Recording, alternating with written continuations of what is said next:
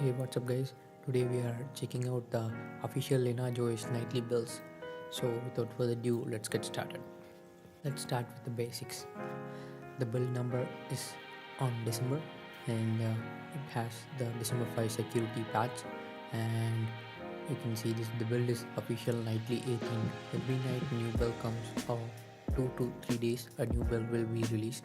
And there's not a lot of special features here. It's just clean next to stock ROM. One special feature I have to talk about this ROM is the memory management. I switched ROM because I was facing frequent aggressive killing of apps in the previous Invicta OS I was using, and you can see this ROM handles memory very efficiently. There is no aggressive killing of apps. This ROM is very clean.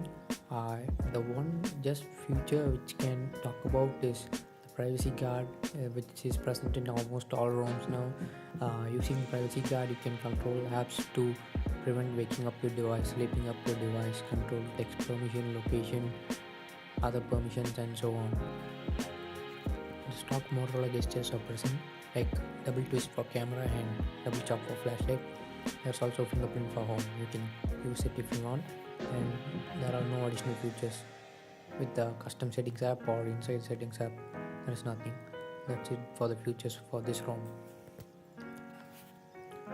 Even the quick toggles is clean. There is no additional toggles, any fancy toggles available to add. These are just stock tiles available in the stock Nougat OS itself.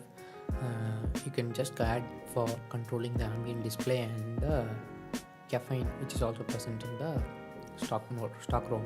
Battery life seems to be okay, not so good, but it's okay. There are some bugs here. You can see there are no app usage zone.